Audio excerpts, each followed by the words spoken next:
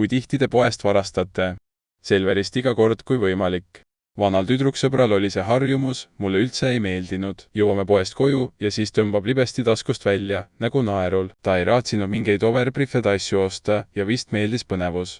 Neid läbipaistvaid kilekotte, kuhu puuviljad pannakse, ei piiksutama kunagi läbi, nii et võib öelda, et olen sarivaras. Parim, mida ma teha saaksin, on varastada Maximas mõne kassiiri süda ja elada tagasihoidlikult, kuid õnnelikult mõne väikelinna äärealal sotsiaaltoetuste najal. Läksin poodi, sest libestit oli vaja, aga miski selle asja ostmises ajab alati südame pahaks. Näed riiulil, paned korvi ja siis hakkab pihta see pask mõtlemine. Oi, mis see kassapidaja nüüd arvab? Näeb su nägu ja teab, et sa lähed koju libestiga. Lõbus, kellele seda vaja on? Niisiis toppisin libesti taskusse ja astusin lihtsalt poest välja. Ei mingit piinlikkust, ei mingit silmsidet kassaprouaga. Ja ausalt, parim otsus üldse. Adrenaliin laksas nii, et oli nagu väike võitlus draagonitega või midagi sellist. Ja ei, mingit kahetsust pole. Miks peaks ma maksma selle eest, et tunda end nagu mingi pervo, kui ma võin lihtsalt võtta ja edasi elada? Kõik varastavad nagu nii midagi. Kui juba midagi pihta panna, siis olgu selleks vähemalt midagi, mille jaoks sul on kindel plaan. Nii et jah, peppusse see piinlikkuse värk, ära lase end tagasi hoida. Nojah, sul nüüd ju terve tuub tasuta libestit, mille abil asju peppusse lükata.